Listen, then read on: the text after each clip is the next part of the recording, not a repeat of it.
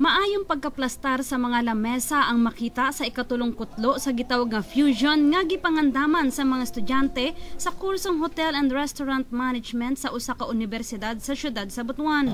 Sa unang tan-aw mo ratag anaa sa usa ka ingranding okasyon apan kinsa ang magdahom nga kini gipreparar lamang sa mga estudyante alang sa usa ka kompetisyon aron ipakita ang ilang abilidad sa paghikay og mga pagkaon lakip na ang fashion.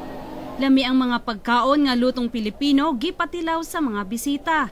Gidayeg sa Dean sa Business Administration ang bunga sa mga paningkamot sa mga estudyante. For third time to have fusion, but as Dean, I'm still amazed now with the presentation that they have.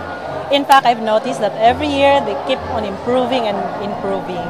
Sa maong kompetisyon, gisukod ang kakapas sa mga estudyante giun sa pagdumala ang catering service. Usa sa mga horado ang bagtikang interior designer nga si Louie Luna ug siya mismo nibilib sa mga estudyante pero tambag ni ini.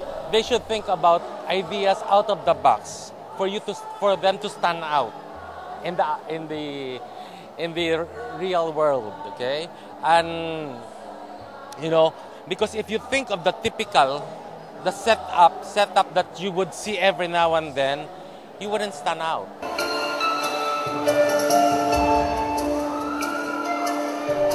Lakip sab sa presentasyon ng usa ka fashion show diin gipasundayag ang simple apan eleganting sapot nga iya sa mga Pilipino.